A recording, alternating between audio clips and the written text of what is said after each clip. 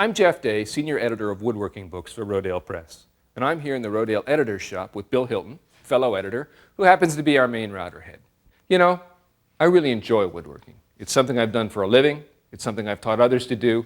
And in my current job, I read and write and think and talk a lot about woodworking. But the high point is always getting in this shop and actually making something. It's a great shop. We've done a lot of woodworking here and built a lot of projects. Stick around. I guarantee that in the next half hour, you're going to pick up a few router tips. Maybe even a few you haven't seen before.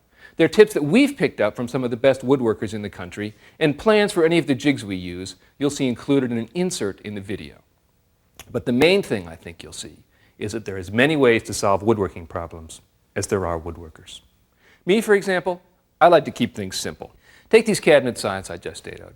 There's nothing new about the T-square I used to make the cut. The arm is perpendicular to the crossbar, and because you guide the router against the arm, the resulting dado is square with the edge of the cabinet. The arm's long enough that you can cut through both sides in a single pass. It saves time, but more importantly, it ensures that the dados will line up and that the cabinet and sides will be square when assembled.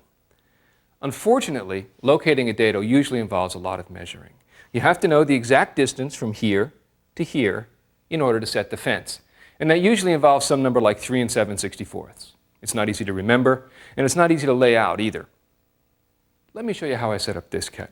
The key is this spacer. I made it by guiding a router against a fence and cutting through a piece of masonite. Without measuring, I've automatically got a piece that tells me the exact distance from the layout lines that I need to set my T-square. I just put the spacer against the layout lines and put the square against it. I'll clamp the square in place, and as long as I use the same router and bit, I'll never have to measure again. I like to double check to make sure that this is properly aligned, and when I'm sure that it is, I make the cut.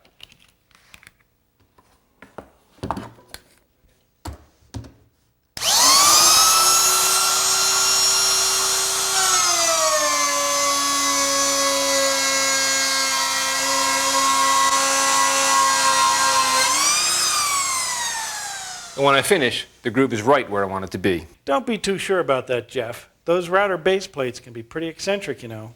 I've got that covered, Bill. You see this spot on the base plate? Yeah. It solves the problem you're talking about. Here's the problem. I just knew this conversation was going to come up. Ah, the board with the wandering dado.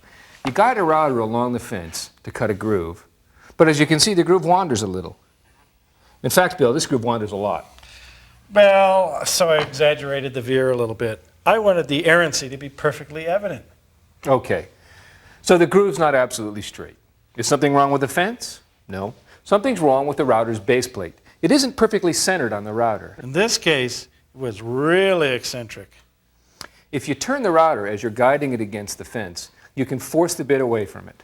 This spot reminds me to keep the same part of the router against the fence for the entire cut. Now, Bill, as long as you're here, you've been touting this double bar jig for routing dados. Is it really that much different than the T-square?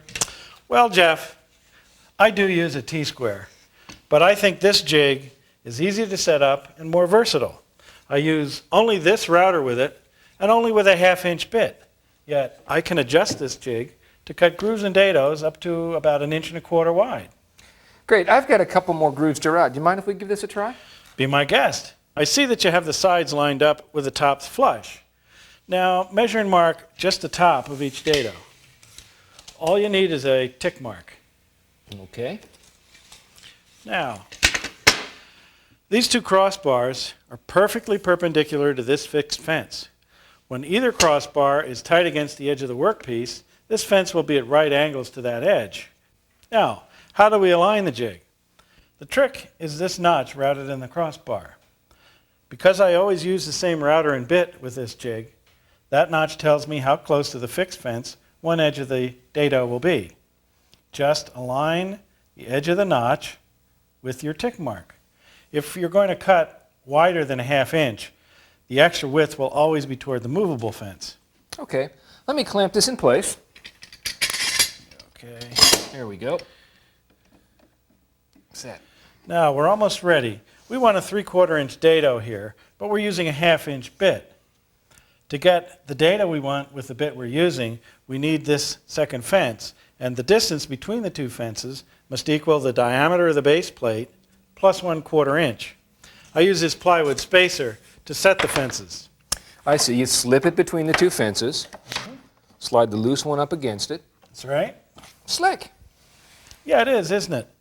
Now we're set for that 3/4 inch dado, but I have other plywood spacers that I use if I want to cut wider or narrower dados. What's this slot? Well, that's the spacer's extra dimension. As you know, Jeff, we really should cut this dado in 2 passes, adjusting the router's depth of cut between them. To get more efficient, more consistent dados, and to save time, I like to set my fixed base router to the final depth of cut, then make the first pass with the spacer in place. You can go about a 1/2 inch deep in 2 passes that way. Well, wouldn't it be easier to do this with a plunge router? You could get to your final depth in easy increments, and it would be easier to start the cut, too. You're right, it would. But I don't have a plunge router. This is what we call make do. Okay, so how do you start the cut? Just tip it in? No, I like to start with the bit and the crossbar notch. Okay, so you guide the router along one fence, That's right. cutting through both sides. And then you come back against the other, widening the dado. And then I lift out the spacer and repeat the process to finish the cut. That's right. We have a few more ideas for you on using the router to cut joinery. All involve base plates, custom made, right here in our own shop. Here we have 3 routers, each with a base plate for a different job. This first router is fitted with what looks like a square base plate, but it's actually a jig developed by Nick Engler, author of our workshop companion books. The distance from the edge of the bit to each edge of the base plate is different. So with this jig, you can cut 4 different size grooves without having to change the bit. Let me show you how it works. I've got a 1/2 inch bit in here, and I'll guide it against my T-square to make a cut.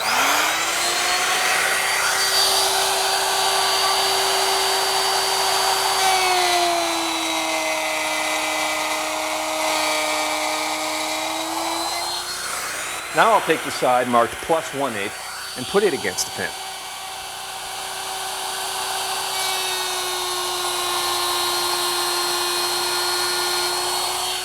As you can see, I've widened the groove.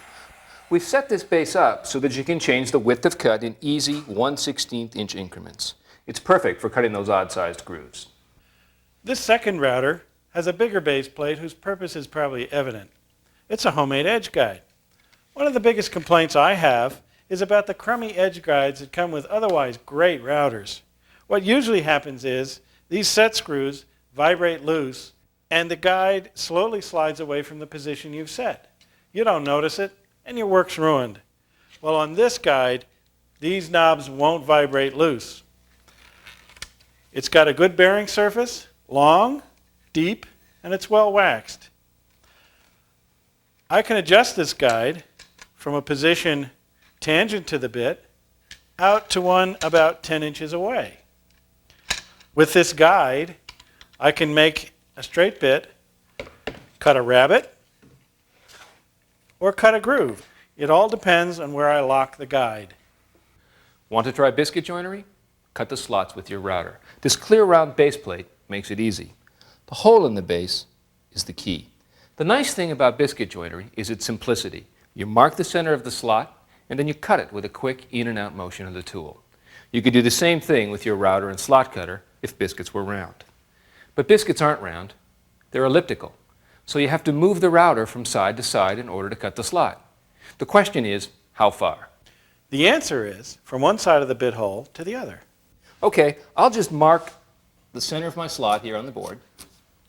And when I'm going to make the cut, what I'll do is I'll set the router on and I'll align the mark with one side of the hole. I'll push the router into the work and move to the right until the other side of the hole aligns with the mark. Here's how it actually works.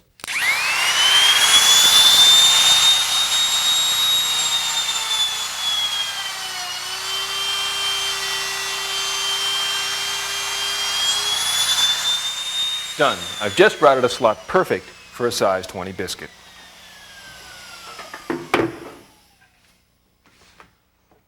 You can make this base plate for the $5 cost of a scrap of acrylic plastic, and that will save you the $150 to $300 cost of a biscuit joiner.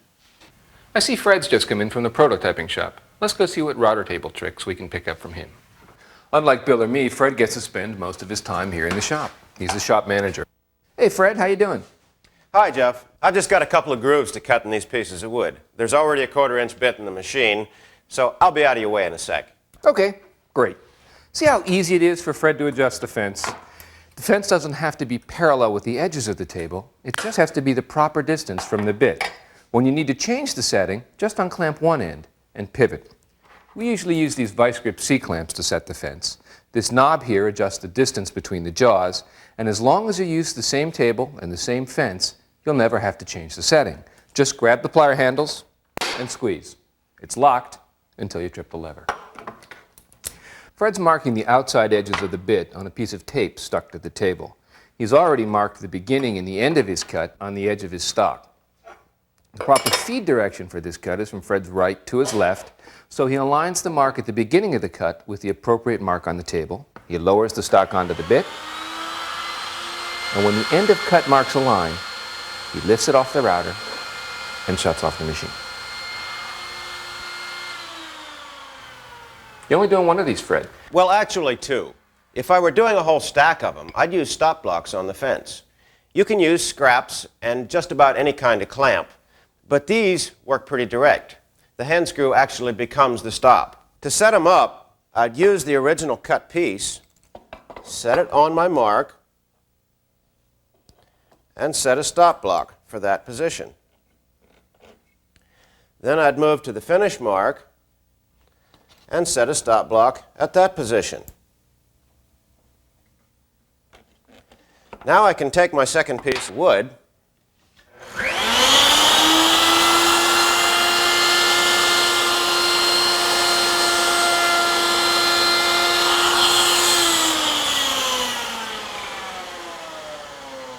see? Same cut.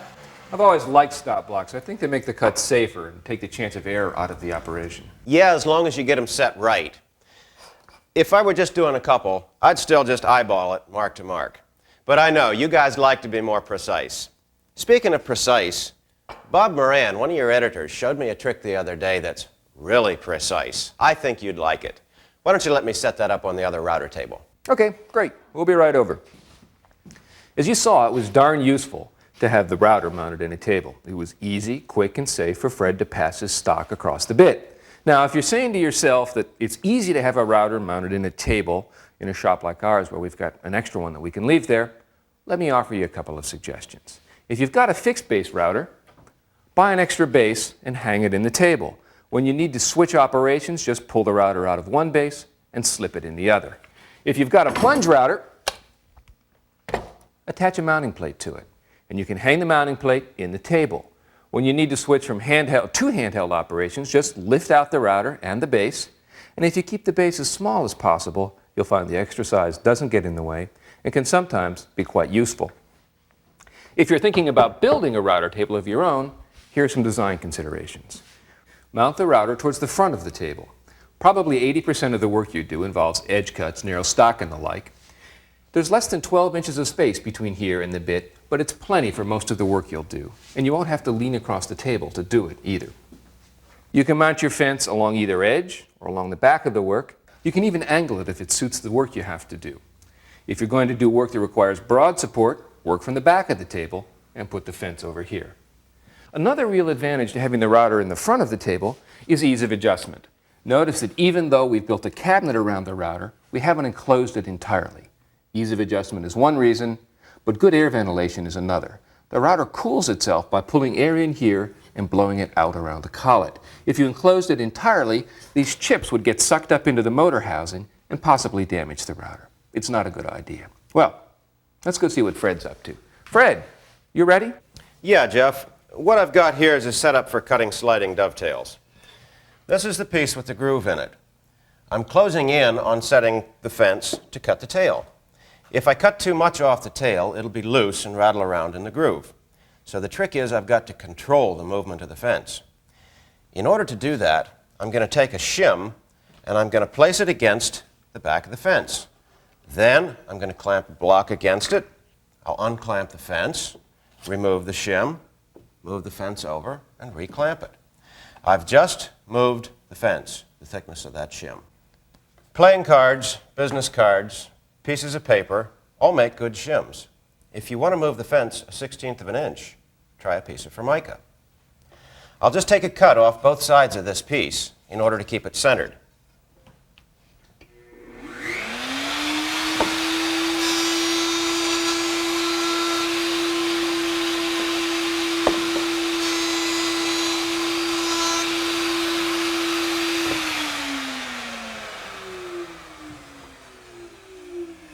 Pretty good fit, no?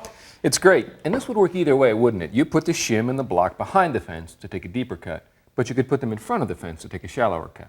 That's right. Now, one thing I noticed, Fred, is that this hole's pretty big. Somebody been raising panels on this? Probably. Well, wouldn't that be dangerous if you're working with a narrower piece of stock? Yeah, it could, Jeff. In order to close that hole down, what you want to do is lower the machine until the cutter's below the surface of the table. Then take a piece of masonite and throw it down on the top, double stick it fast, and then raise the cutter back up through it. That way the hole fits the cutter. As a matter of fact, there's one hanging on the wall over there that Bill Hilton made for this table. Still has a tape stuck on it, so we'll just slip it over the bit, stick it down, and a fence would help hold it in place too, wouldn't it? That's right. But, hey Bill, what's this nail doing in your fancy looking tabletop? That nail? Yeah, that nail. Well, I needed to cut a disc, so I put that nail through this top to serve as a pivot. Do it on the router table. I don't think so, Bill. Jeff, you put the 1/2-inch bit in the router. I'll go cut a blank, and I'll show you. All right. I'm going back to some real work. With the bit retracted, you put the blank over the pivot. Hold it down and switch on the machine. And raise the bit to engage the work. Turn the blank one full rotation.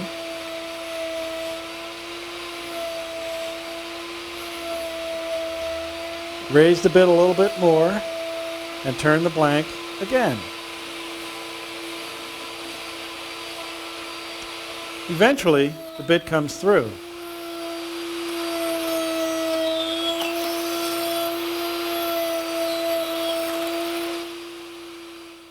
And here we have a nice round blank, ready for the next operation, whatever that might be. This works well with a plunge router because this micro adjusting knob raises the bit straight up into the work. With a fixed base router, there's a little bit too much side play when you loosen the clamp to raise the bit, and that could booger the work. Well, Bill, I still prefer the trammel. Attached to the plunge router, the trammel is a giant circle cutting compass. Well, that plunge router is much too big. I prefer this laminate trimmer, which you can hold in one hand. But Bill, the plunge router makes it easy to start the cut and to deepen it after each lap. With a fixed base router, you're just going to gouge the work trying to start it. Well, you do have to practice, but it can be done. I say manageability is a big plus in this kind of operation. One hand on the pivot, the other on the router. You don't need 3 horses to spin a 1/4-inch bit. Well, look, you choose whichever router you want to get. Personally, I've only got one, so it doesn't take a lot of thought. I'm not about to go out and buy another router just to route circles. But whichever router you use, the process is still the same. You drive a screw through the trammel and into the stock. Or better yet, drill a pilot hole all the way through the stock. That way you can work on both sides of the stock, and you won't have to cut so deeply either. That pilot hole business was a good point, Jeff. But what if I don't want a hole in my work? What if a pilot hole is going to mess up my tabletop? Here's a trammel I made that uses my favorite tape, that double stick stuff, carpet tape. This pivot base is the critical part. Put the tape on it and stick it to the work. If the center point is really important, mark it with extended crosshairs, then align the corners of the base with those lines. That's why it's a square, so you can do that. As I said, put the tape on the base and put the base on the work. Now we just get the trammel point in the base and we're ready to cut.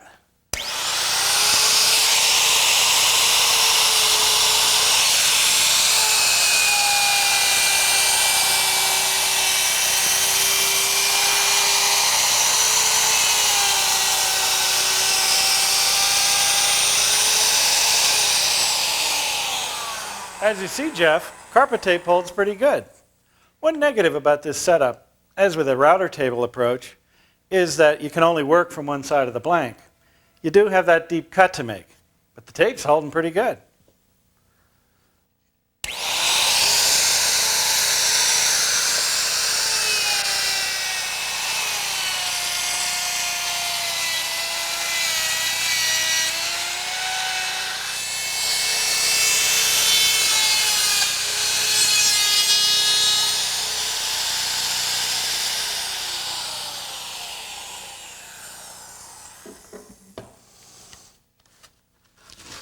Not too shabby, huh?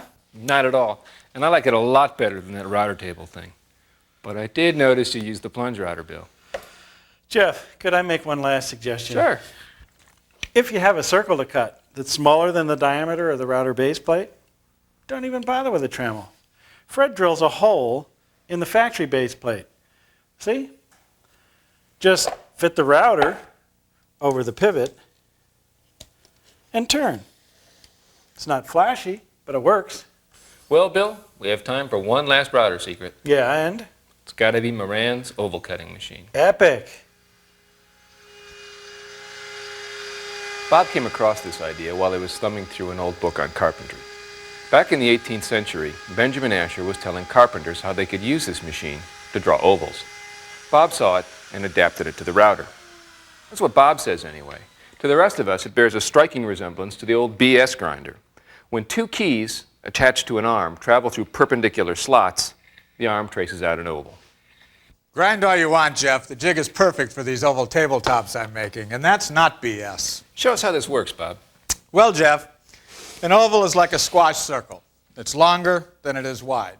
So an oval cutting jig is like a circle cutting jig with a constantly changing radius. The radius changes because the arm is pinned to two keys that slide back and forth in those perpendicular slots. I can just nail the slots onto the back of the stock because I work from the bottom side of the tabletop. I have one more to cut so I can show you how it works. Okay, great.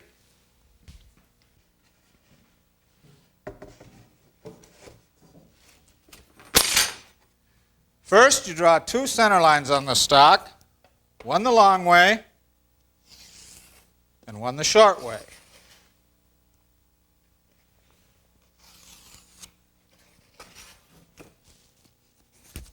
Then you position the jig so the tracks are directly over the center lines. Then you nail it there.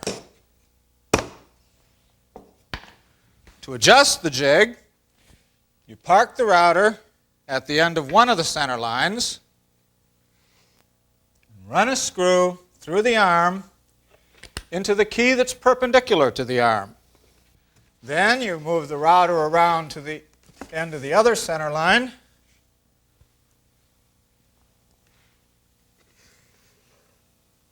and run a screw through the arm into the other key. As you can see, the screws go through pre-drilled holes in the arm, so the key is free to pivot. And you can make minor adjustments by moving the router back and forth on the trammel rods. What do you think? Will that give me a reasonable coffee table? Looks like it to me. How do you keep this from shifting as you work? Shh. I scarfed some of Bill's double-sided tape and used it to stick 80 grit sandpaper back to back. I just slip it in between the stock and the work surface, and it doesn't go anyplace. And I see your work surface is an expendable piece of plywood rather than the bench top. Well, thanks a lot, Bob. It's been quite an education. My pleasure. Just don't tell Bill I took his double-sided tape. Well, I see our time's up. Thanks for sticking around. I hope you've picked up a few tips, maybe even some you haven't seen before, and that we've made your trip to our shop a worthwhile half hour.